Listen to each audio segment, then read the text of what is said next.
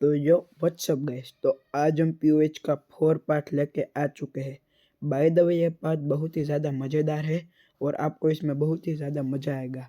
और आपने पहले के 3 पार्ट नहीं देखे तो उस तीनों पार्ट को ज़रूर से देख लेना, वरना आपको यहाँ पे कुछ भी समझ में नहीं आएगा।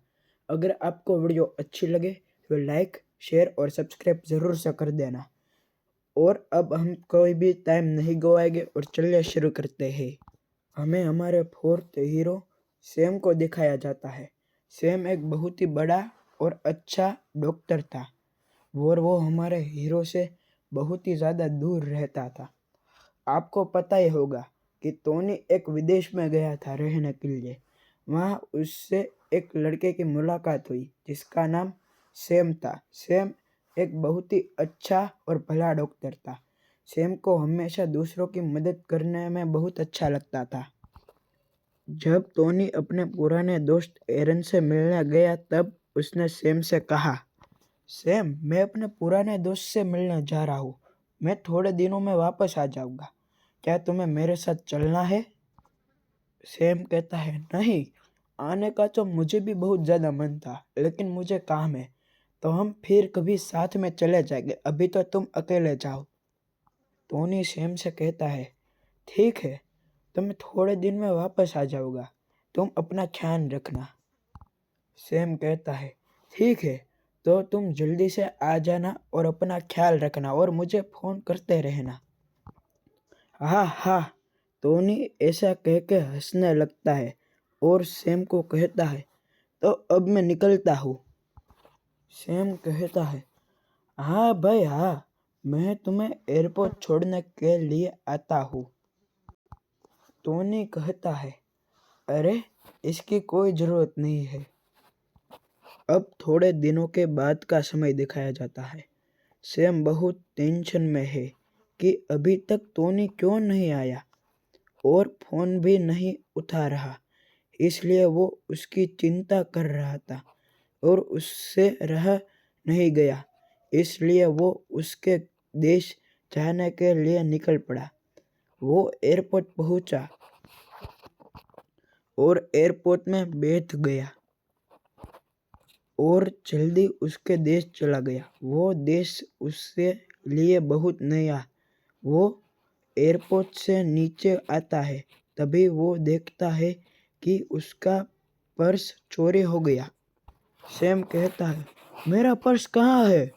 अब मैं क्या करूँ? उसका पर्स चोरी जाने पर वो अपने सामान लेकर इधर उधर भटकने लगता है। जाते जाते उसे एक गांव मिलता है। वहाँ पहुँचते वह वहाँ बेहोश हो जाता है।